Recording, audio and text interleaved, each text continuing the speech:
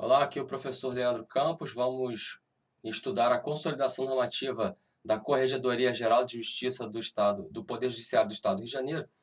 E antes de mais nada, é importante saber que a consolidação é uma norma da Corregedoria, lógico, que trata das rotinas de trabalho aqui do TJ do Rio de Janeiro, né? Então, quem é técnico, quem é analista, oficial de justiça, enfim, vai seguir a rotina de trabalho que consta ali, inclusive o juiz também, lógico, vai ter que seguir a rotina de trabalho, uma organização de trabalho dada pela consolidação. Mas não é só a consolidação, tem uma penca de outras coisas, né? Manuais, regulamentos, enfim. Mas a consolidação ela é o ponto central, né? Dessa consolidação se extraem outras normas que não caem no seu concurso, fique tranquilo. É só a consolidação mesmo. E vamos seguir aqui o concurso do Tribunal de Justiça do Estado do Rio de Janeiro, do concurso agora de 2020, seguindo o ponto, né? Vamos aqui começar o estudo seguindo exatamente o ponto da legislação especial, né? Da legislação especial, conhecimentos gerais para todos os cargos, a consolidação no ponto 5 está aqui, né? A parte geral, e ponto 5.1, a Corregedoria Geral de Justiça. É lógico que isso aqui será abordado em vários vídeos, né? Diversos vídeos, esse aqui é o primeiro, outros seguirão, mas esse primeiro ponto aqui, vamos falar sobre aqui dos atos normativos. Vamos seguir aqui o programa. Então, dos atos normativos, e outro ponto, outro detalhe também importante é que eu destaquei em azul aquilo que é mais importante para o seu concurso. É lógico que você não vai deixar de ler os outros artigos. Lógico que não. Mas eu estou fazendo um apanhado geral aqui para não ficar muito maçante, né? Falar coisa que de repente não tem muito sentido para a sua prova, não tem muita importância para a sua prova, mas nunca se sabe, né? Então é bom você dar uma lida aí, a gente nunca sabe o que vem por essas bancas, né? Então, destacado aqui em azul, o que é essencial para você estudar e esse ponto aí, esses pontos que nós iremos abordar no seu programa. Vamos lá. Então aqui, o artigo 2º fala: no cumprimento de suas funções, o Corregedor-Geral de Justiça expedirá observada a sequência anual. Aí ele vai dizendo aqui, no inciso 1 ele fala no provimento, no inciso 2 ele fala na portaria, por aí vai, vamos falar sobre todos eles. Fala sobre convocação, isso aqui é importante a gente falar. Então, o ato expedido pelo corregedor, e o juiz também pode expedir, daqui a pouco a gente vai ver isso. Mas o provimento é um instrumento de caráter normativo, quer dizer, traz normas, e assim, isso aqui é importante, ó, interno e externo. Então, caráter normativo, interno e externo. Significa que não só quem trabalha no Tribunal de Justiça tem que seguir o provimento, mas também quem se serve do Tribunal de Justiça, do Poder Judiciário, também tem que seguir, por exemplo, advogados, partes, enfim, peritos. Eles não fazem parte, logicamente, do quadro de servidores, mas tem que seguir as normas do provimento. Caráter normativo, interno e externo, por meio do qual a corregedoria organiza seus órgãos e atividades, é importante, organiza os órgãos e as atividades dos órgãos, é um caráter extremo, assim, geral, né, provimento, visando regulamentar, esclarecer e viabilizar a aplicação de disposições legais, bem como para consolidar normas atinentes à matéria de sua competência, ou modificar a consolidação normativa. Então, isso aqui é um ponto importante, modificar a consolidação normativa. Ela é modificada através de provimento. Mais detalhes.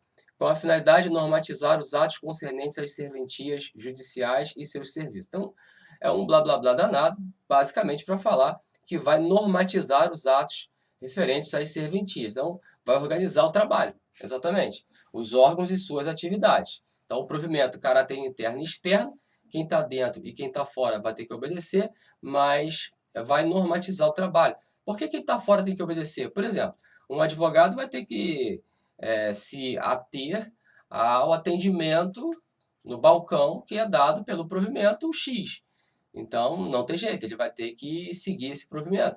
Partes, de repente, em juizado especial, tem atendimento direto às partes no balcão, também vão ter que atender esse provimento de atendimento ao balcão, por exemplo. Então, é caráter interno e externo e vai organizar as atividades. A portaria é um instrumento para aplicar disposições legais a caso concreto, bem como para indicar substituto de serviço oficializado e delegar competência para o desempenho de funções ou instaurar sindicância, procedimento administrativo disciplinar ou outro evento. Então, o importante aqui na portaria é, primeiro, delegar competência para o desempenho de funções. Então, eu tenho uma determinada competência, posso delegar essa competência a um outro agente, dentro do que a lei prevê, e essa delegação de competência se dará através de um ato chamado portaria. Mas não é só isso para que serve a portaria. Pode também instaurar sindicância e PAD, né? Ou outro evento de natureza apuratória. Apurar sindicância e PAD. Sindicância é para colher documentos, colher depoimentos de pessoas, enfim, do próprio investigado, para que futuramente seja instaurado o processo administrativo disciplinar, mas pode ser também que na sindicância se aplique determinadas punições. Isso você estuda em estatuto. Mas a instauração da sindicância e a instauração de PAD se dará através de um ato chamado portaria. Instauração significa nascimento da sindicância. Como é que se nasce uma sindicância? Através de uma portaria. O PAD é a mesma coisa. Então, importante aí para a portaria esses três termos aí, sublinhados. A convocação. Instrumento pelo qual se convoca magistrados e servidores para participarem de atividades administrativas. Então, convocam-se, né, magistrados e servidores para participarem, por exemplo, de uma determinada tarefa, de um determinado curso, de uma determinada reciclagem, enfim, eles são convocados para isso. Aviso. Instrumento de divulgação de notícias de interesse geral, né, normas, instrumentos ou orientações uniformizadas voltadas para grupos ou atividades específicos ou não, no âmbito interno e externo. Então, importante aqui também para o aviso, âmbito interno e externo, nada interessante aqui, importante, mas vai divulgar notícias, né? Por exemplo, será que o fórum vai abrir esse dia, um dia X? Olha, isso é dado através de um aviso número tal, o fórum vai ficar fechado esse dia. Então, lógico que âmbito interno e externo, que é quem trabalha no fórum vai se valer dessa informação, mas quem também não trabalha, mas precisa do fórum, vai também se valer dessa informação. A ordem de serviço, instrumento utilizado para transmitir no âmbito interno, aqui é no âmbito interno, obviamente, da unidade, ordens uniformes aos respectivos subordinados, visando organizar as atividades da estrutura interna, indicando a maneira de ser conduzido determinado serviço. Então, é no âmbito interno, como é que um oficial de justiça vai proceder a uma determinada atividade X específica, entendeu? Então, como que o analista vai ter que fazer uma determinada atividade, né? Então, isso na ordem interna para um grupo de pessoas, como diz aqui, ordens uniformes aos respectivos subordinados, não é equivocar, aos respectivos subordinados, visando organizar as atividades da estrutura interna, indicando como é que será conduzido um determinado serviço ou uma determinada atividade. Eu preciso fazer alguma atividade externa, né? Preciso ir na rua resolver alguma coisa. Como é que eu vou fazer isso? De que modo eu vou fazer isso? Então, a ordem de serviço vai trazer os detalhamentos. O ato reservado, instrumento por meio do qual o corregedor dá ciência aos magistrados de decisões judiciais exaradas em processos judiciais ou administrativos que tramitam em segredo de justiça. Então, o corregedor informa aos juízes o teor de decisões que são dadas em processos. Então, o juiz fica sabendo da decisão de um processo que correu em segredo de justiça. De repente, é importante de saber a decisão desse processo, é importante todos os juízes saberem, isso vai depender muito do processo. O interessante, o importante aqui para a sua prova é tanto o processo judicial quanto o processo administrativo, né, que tramitam em segredo de justiça. Então, o ato reservado, lógico, porque tramita em segredo de justiça, só os juízes saberão, terão o conhecimento, o teor da decisão desses processos. Importante para a prova. Pode ser que eles coloquem de processos judiciais apenas, ou de processos administrativos apenas. Errado. Tanto processo judicial quanto processo administrativo. O parágrafo primeiro fala que os juízes de direito e os juízes substitutos. Juízes substitutos são aqueles que passaram no concurso há pouco tempo. Juízes de direito, aqueles que já têm tempo como aprovados no concurso, obviamente, já foram galgados aí a juízes de direito. Mas quem passa no concurso, nos primeiros meses, ali nos primeiros anos, é chamado juiz substituto. Poderão expedir ou baixar os atos constantes nos incisos 2 e 5. Então é importante para a sua prova, né? Inciso 2, a portaria, e inciso 2, o aviso. Então, os juízes de uma forma geral, né? Tanto direito quanto substitutos, eles podem expedir portarias e avisos. É óbvio que um juiz substituto, se está lá na vara trabalhando, vai ter que instaurar uma sindicância, ele vai fazer isso através de uma portaria, né? Um aviso, alguma coisa, alguma comunicação, também pode ser exarado por um juiz substituto ou um juiz de direito. Agora, o parágrafo 3º, ele fala que a ordem de serviço proveniente do juiz de direito terá sua eficácia sujeita à prévia homologação do Corregedor-Geral de Justiça. Ordem de serviço. Vamos lembrar o que é isso? Vamos lá. No inciso 5, a ordem de serviço. Desculpa, eu falei aviso aqui no inciso 5, né? Não é aviso, é ordem de serviço. A ordem de serviço, um instrumento utilizado para transmitir no âmbito interno a maneira de ser conduzido determinado serviço ou atividade. Então, a ordem de serviço, como é que o técnico vai proceder num determinado ponto? É lógico que o juiz de direito que está ali na vara, organizando a vara, ou o juizado, vai poder expedir a ordem de serviço para uma determinada atividade. Mas essa ordem de serviço vai ter que passar por uma homologação do corregedor. Então, é o único ato aqui previsto que vai ter que ser homologado pelo Corregedor-Geral de Justiça. Então, antes de cumprir a ordem, uma determinada atividade X, e como ela deve ser cumprida, isso deve passar pelo crivo do Corregedor-Geral de Justiça. Só retificando, eu falei de novo, aqui no parágrafo 1º, eu falei incisos 2 e 5, no 5 eu falei aviso, não é aviso, é ordem de serviço. Só retificando, tá? Então, voltando aqui à história. O artigo 3º. Além dos atos apontados no artigo anterior, serão expedidos pelas unidades organizacionais da Corregedoria os seguintes atos. Aí ele fala, vou colocar aqui no marca-texto, o memorando, o ofício, a certidão, a declaração e o atestado. Então, parágrafo único. O que tem aí? Memorando.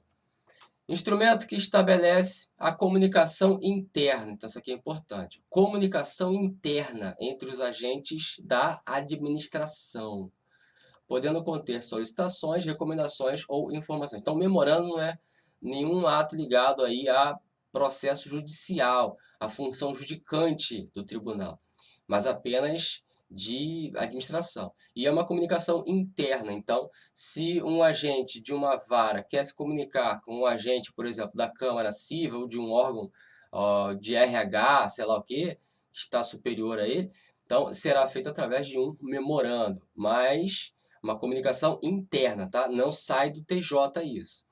O ofício, instrumento que estabelece comunicação exclusivamente externa. Então, isso é importante. O ofício, ele sai do TJ e vai para outra instituição, com agentes que não integram a estrutura administrativa do Poder Judiciário do Estado do Rio de Janeiro, podendo também conter solicitações, recomendações ou informações. Então, se o juiz quer alguma satisfação, alguma resposta, por exemplo, do órgão da Polícia Civil, ou até de entidades particulares, inclusive operadoras de telefonia, perguntando se tem algum endereço vinculado àquele CPF para tentar achar o endereço do réu e tudo mais. Isso é feito através de ofício. Ou seja, essa comunicação ela sai do tribunal e sai do Poder Judiciário e vai para outras instituições, né? Mesmo até públicas e privadas. Aqui no ofício não fala, mas é possível também. A certidão. Instrumento pelo qual a administração afirma a existência de fatos ou de situações que constam de assentamentos públicos. Então é importante.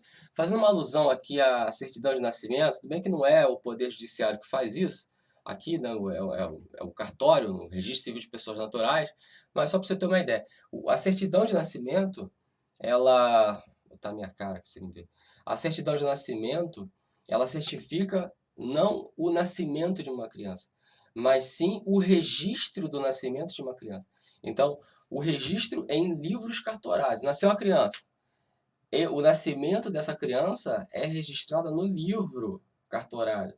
E a certidão é o que se extrai comprovando que existe um registro naquele livro. Então a certidão é assim. A certidão de óbito. A pessoa morreu. A morte dessa pessoa é registrada no livro. E daí se extrai uma certidão. A certidão, ela não certifica o nascimento, ou a morte, ou o casamento. A certidão, ela certifica o registro do nascimento num livro, ou o registro da morte, ou o registro do casamento num livro. Então, certidão é nesse sentido, tá? A declaração, instrumento de afirmação da existência de uma situação ou de um fato, segundo a constatação do agente declarante que não consta de qualquer livro. Então, uma situação ou de um fato que não consta de qualquer livro, pastas, documentos. Então, uma situação que aconteceu, eu dou uma declaração. Olha, isso aqui aconteceu na vara, tal, aconteceu que o advogado falou isso, o advogado falou aquilo, é uma declaração. Quer dizer, aquilo que o advogado falou ali no cartório, num atendimento, por exemplo, que possa dar algum problema, isso tecnicamente não é uma certidão, é uma declaração. Porque aquilo que foi falado ali com o advogado, né, por exemplo, sumiu o processo. Isso é um fato. Então, na praxe comum, né, se fala, vou ter uma certidão dizendo que o processo sumiu. E na prática é assim. Mas, pela consolidação, tecnicamente falando, aquilo chama-se declaração. Por quê? Porque o sumiço do processo não é uma situação, é um fato, não é nada que esteja registrado num livro cartorário, né? Que aí seria uma certidão. E atestado é um instrumento destinado à comprovação mediante valoração do agente, de situação ou de fato transeunte, concernente à administração, mas que não consta de qualquer livro, né? Não consta de qualquer. Então, no atestado também é um fato, também da mesma forma que a declaração não consta em livro, mas precisa de uma valoração do agente. O grande exemplo disso aí é o atestado médico, né? Não foi feito pelo agente, assim como a declaração, né? Aí a diferença é que a declaração é feita pelo agente, o atestado não é feito pelo agente. O que é igual é que são fatos, né? Tanto a declaração quanto o atestado são fatos que não constam em assentamentos públicos, né? Nesse ponto eles são iguais, mas uma outra diferença é que no atestado precisa de uma valoração do agente. Então aquele atestado será valorado pelo agente como verdadeiro, né? Um atestado médico, por exemplo, é feito pelo médico lá fora e o servidor leva para descontar e abonar as faltas dele. E isso é valorado pelo agente administrativo ali que vai analisar aquele atestado. O artigo 4º ele fala de cumprimento de suas funções. Os juízes auxiliares da corregedoria poderão elaborar parecer, rotina administrativa e manual. Então, aqui, ó, outros detalhes aí. Parecer, opa, vamos lá. Rotina administrativa e manual. Isso aqui é tranquilinho, né? Tranquilinho. Parecer é um instrumento para expor manifestação técnica ou jurídica sobre matéria versada em processo administrativo. Então, o parecer é uma manifestação técnica ou jurídica. Então, o parecer de um engenheiro, o parecer de um médico, o parecer de um advogado, o que ele entende, o que ele acha sobre aquele determinado ponto. É um parecer técnico, né? É uma coisa de conhecimento técnico dentro de um processo administrativo. A rotina administrativa é o instrumento que estabelece a forma de execução de processos e trabalhos pedida conforme determinada na rotina administrativa geral. Essa rotina administrativa geral é estudada aqui na consolidação, lá na parte de conhecimentos específicos. Então, a rotina da vara civil, a rotina da vara de família, a rotina da vara criminal. E as rotinas administrativas são isso, é como é que vai o processo daqui para lá, de lá para cá, essa rotina toda de movimentação processual. Você tem uma rotina geral e tem as rotinas específicas de cada uma das varas. De conhecimento de civil, família, crime, empresarial, enfim. O manual, documento complementar à rotina, então complementa a rotina, mas ele é mais específico. Destinado a reunir informações acerca de informativos, produtos, serviços, informações a usuários externos ou internos. Então, dá um exemplo aqui, né? Ele falou aqui de software. Você tem o sistema de processamento de dados do tribunal, né, que você joga o andamento do processo no sistema, tá? E esse sistema joga na internet. Automaticamente você joga no sistema, isso é jogado na internet. Agora, como é que se mexe no sistema? Isso é um software que é tribunal contratou uma empresa e essa empresa criou um software nesse sentido para exatamente você manusear, para jogar ali e cai automaticamente na internet. E você tem um manual de como trabalhar nesse software, né? Você tem um manual de como é que a coisa funciona. Então, tá aí. E usuários internos ou externos, porque quem está fora também vai acessar é, esse software, por exemplo, a própria empresa, né? Na hora que mexer no software, na hora que der algum problema no sistema, a empresa pode ir lá e mexer. Enfim, o andamento do processo, um processo eletrônico, o advogado acessa o processo eletrônico do computador da casa dele, do escritório dele. Então você tem um manual de como é que procede, como é que é esse detalhe, esse produto específico, tá? Não é uma rotina de trabalho, mas é um produto X. Aqui o outro ponto fala dos meios de comunicação entre os serviços judiciários e as disposições, aqui no primeiro, na subseção 1, as disposições gerais. Então, meios de comunicação entre os serviços, tá? Aí o 96 fala que os serviços judiciários, inclusive os administrativos, comunicação entre si e com terceiros por meio de telefone, fax, correio eletrônico, via postal ou mensageiro, preferindo-se aquele que mais prontamente atender aos interesses do serviço ou cumprir a finalidade do ato. Então, é comunicação interna, comunicação entre os serviços judiciários. Como é que uma vara se comunica com o tribunal, enfim. Pode ser através de telefone, fax, correio eletrônico, via postal, mensageiro. Mensageiro é um próprio servidor que pode ser encaminhado até lá. Isso acontece muito. Eu preciso que você, aqui na vara de família, entregue uns documentos para o desembargador lá na Câmara Civil. Então, mensageiro, está com um mensageiro aí. Via postal, correio eletrônico, mas são atos de comunicação interna, né, prioritariamente. Esses meios de comunicação, o que se valer, o que for mais interessante naquele momento, que vai melhor cumprir as funções naquele momento, será aquele utilizado. Então não há uma preferência para um ou para outro. Então isso pode ser objeto de prova. Pode ser que eles confundam, por exemplo, a citação lá do processo civil, que é prioritariamente via postal, né? E aqui não é citação, aqui não é prioritariamente via postal. Aqui a via postal é apenas uma das possibilidades, né? Porque é a coisa interna. O 97 fala: os meios de comunicação das serventias judiciais e extrajudiciais oficializadas atenderão exclusivamente às necessidades de serviço, não podendo ser utilizados para fim particular. É óbvio, né? Não precisava nem estar escrito isso aqui. Então, esses meios aqui, telefone, fax, correio eletrônico, via postal, mensageiro, é para função, para o serviço, para as necessidades do serviço, e não para atender alguma finalidade particular, né?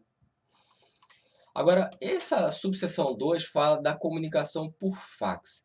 Aqui, a minha observação é o seguinte, deixa eu até aparecer aqui para você. A minha observação nesse ponto de fax, né? Fax é uma coisa um pouco antiga. O judiciário aqui do estado do Rio, na sua quase inteireza, quase totalmente, é processo eletrônico. Então, você não vai trabalhar com fax. Agora, processos físicos que ainda existem, né, principalmente os mais antigos, ainda eles serão comunicação, pode haver a comunicação através de fax. Deu uma travada aí na câmera, mas está tudo bem. A comunicação através de fax. Nesse ponto aqui, artigo 98, deu um probleminha aqui, mas está tudo bem. Nesse ponto aqui, o artigo 98, a transmissão via fax de petições relativas às ações originárias de primeira instância no foro central da comarca da capital somente poderá ser feito ao projeto em dias de normal expediente forense no horário compreendido entre 11 e 18. Aqui por exemplo, eu vou dar entrada numa petição. Se eu dou entrada numa petição, eu vou lá, fiz um processo físico, eu vou lá com a minha folhinha, dou entrada no PROGER, no protocolo geral, né? Mas, por algum motivo, eu tenho um prazo para cumprir, eu não estou lá perto do PROGER, o que pode acontecer? Eu mando um fax dessa petição. Agora, esse fax da petição, o PROGER vai receber entre 11 e 18 horas, que é exatamente o horário de atendimento ao público, tá? O fórum, ele abre para atendimento 11 horas da manhã e fecha para atendimento 18 horas. Sendo que não está falando aqui de trabalho. De repente você vai começar a trabalhar antes ou terminar o trabalho depois disso aqui. Depende da sua escala de trabalho, do seu horário. Mas o importante para receber petições através de fax, o horário de atendimento ao público, não é recebido em outros horários. O artigo 100 fala que é vedado o recebimento no projeto de petições via fax que excedam 20 laudas, 20 folhas, tá? 20 laudas são 20 folhas. Então, por fax, até 20, não pode exceder a 20 laudas, 20 folhas. O 102 fala: os riscos de não obtenção de linha telefônica disponível, porque fax precisa de linha telefônica, ou defeitos de transmissão e recepção correrão à conta do remetente e não escusarão o cumprimento dos prazos, né? Então, você que envia fax, você tem que tomar cuidado na hora de mandar o fax. Você tem que observar direitinho se aquele documento chegou, porque não desculparão o cumprimento dos prazos. Se tem prazo para ser cumprido naquele dia e houve defeito na transmissão ou na recepção, não recebeu o fax, um abraço, vai perder o prazo. Então, aquele que está remetendo, principalmente o advogado, a parte, tem que tomar cuidado com isso para ver se mandou direitinho e de forma limpa e correta. O artigo 105 fala: incumbe a parte interessada diligenciar pela confirmação da transmissão, responsabilizando-se também pela fidelidade e qualidade do material transmitido. Então, é mais do mesmo, né? A parte que está mandando tem que tomar conta nesse detalhe aí da confirmação, que se recebeu. Recebeu ou não recebeu? Recebi, então está confirmado. E tem até um documento, um papelzinho que sai do fax, né? A confirmação da transmissão. Que é antigo, isso aí tem muita gente que nunca nem mexeu em fax. Mas é assim, tem um papelzinho que sai lá, a confirmação. Você pede a confirmação para a pessoa, enfim, é doideira. O artigo 107. Os originais dos documentos transmitidos serão entregues no projeto por petição protocolada no prazo de 5 dias. Então, mandei o fax, eu tenho 5 dias a partir daí para mandar os originais, para entregar os originais lá no projeto. 5 dias. Se eu entregar em 5 dias, tem um artigo ali na frente que vai falar: será desconsiderada essa petição. Então, 5 dias é um prazo, é importante para você não esquecer. No parágrafo 1º do 110 fala que as serventias poderão transmitir ou receber documentos de órgãos públicos via fax. Então, é interessante para concurso, porque o órgão público também pode enviar e o tribunal receber, né? Transmitir ou receber documentos de órgãos públicos. Então, em prova, pode ser que a gente fale assim: olha, o fax não é permitido para transmitir ou receber documentos de órgãos públicos. E aí está errado, porque pode sim ser feito através de fax. E isso aí já aconteceu muito. O parágrafo 2º fala das cartas precatórias de caráter urgente. Opa, meu Deus do céu, deixa eu limpar isso aqui. Vamos lá. As cartas precatórias de caráter urgente poderão ser expedidas através de fax. Então, carta precatória, alguma atividade que o juiz de uma comarca pede ao juiz de uma outra comarca. Então, por exemplo, uma testemunha tem que ser intimada, mas ela mora numa outra comarca. Então, esse juiz da comarca deprecante, a comarca que expede a carta precatória, manda para o juiz da comarca onde reside essa testemunha, e aí é o juízo deprecado, né, aquele que recebe a carta precatória, e o oficial de justiça dessa comarca deprecada é que vai até a residência, o domicílio da testemunha e intima a testemunha. Então, juízo deprecante, aquele que expede a carta precatória; juízo deprecado, aquele que recebe a carta precatória para ser cumprida e devolvê-la cumprida. Então, as cartas precatórias, via de regra, não são transmitidas através de fax, salvo aquelas de caráter urgente, tá? Trasladando-se as peças necessárias para a sua instrução, os documentos necessários para que ela seja cumprida. Então, apenas de caráter urgente através de fax. O parágrafo 3º, ele é grande aqui, eu não preciso ler ele todo, você vai ler na sua casa com calma, mas ele fala que para o cumprimento dessas cartas precatórias, ele fala com relação às custas e despesas, né? Quem paga as custas é o interessado lá no juízo deprecante. Então, por exemplo, eu estou no Rio de Janeiro, eu peço a expedição de uma carta precatória de algo que tem que ser cumprido em Macaé, por exemplo. O cara mora em Macaé. Então, não é o oficial de justiça do Rio de Janeiro que sai aqui do Rio de Janeiro, pega um ônibus e vai até Macaé para citar esse cara, não. Aqui no Rio é expedida uma carta precatória. Essa carta precatória vai para o juiz da comarca de Macaé e ele vai determinar o cumprimento dessa carta precatória. Então, o oficial de justiça lá de Macaé que vai até a residência dessa pessoa para intimá-la. Essa carta precatória, e aí Macaé é o juízo deprecado, né? O juízo deprecado, Macaé, devolve essa carta precatória ao Rio de Janeiro devidamente cumprida. Então, juízo deprecante, Rio de Janeiro. Juízo deprecado, Macaé. Quem tem que pagar as custas? Eu aqui no Rio de Janeiro. O interessado aqui no Rio de Janeiro. E quem é que tem que certificar o exato cumprimento dessas custas, o exato pagamento dessas custas? Tanto o deprecante quanto o deprecado. Então, é nesse sentido. Eu peço a expedição de uma carta precatória do Rio para Macaé, o juízo do Rio de Janeiro vai certificar o fiel recolhimento das custas. E lá em Macaé também haverá a certificação desse fiel cumprimento das custas. Inclusive, aqui na parte final fala que a carta precatória será instruída com a certidão referida e com a cópia da guia de recolhimento. Então, o Rio de Janeiro, quando manda para Macaé, já manda também a certificação com a guia, dizendo, olha, está tudo certo, a guia de recolhimento. Então, é esse o parágrafo 3º aí. O 111 fala que a inobservância de quaisquer das formalidades previstas nesta subseção importará na total desconsideração do documento transmitido, o qual será sumariamente arquivado, sem nenhum efeito em favor do transmissor. Então, é aquele lance do prazo, né, de 5 dias. Se não mandar os documentos originais no prazo de 5 dias depois de ter enviado o fax, desconsideração. Ou mandou o fax, não verificou se realmente foi recebido no tribunal, desconsideração, ou seja, é tido como não existente, não existiu e... Ah, mas e o prazo? O prazo morreu, você perdeu o prazo. Então, é nesse sentido. Eu tive um probleminha aqui com a câmera, mas o áudio continuou, então tá valendo aqui. Muito obrigado a todos, até o próximo vídeo. Um abraço.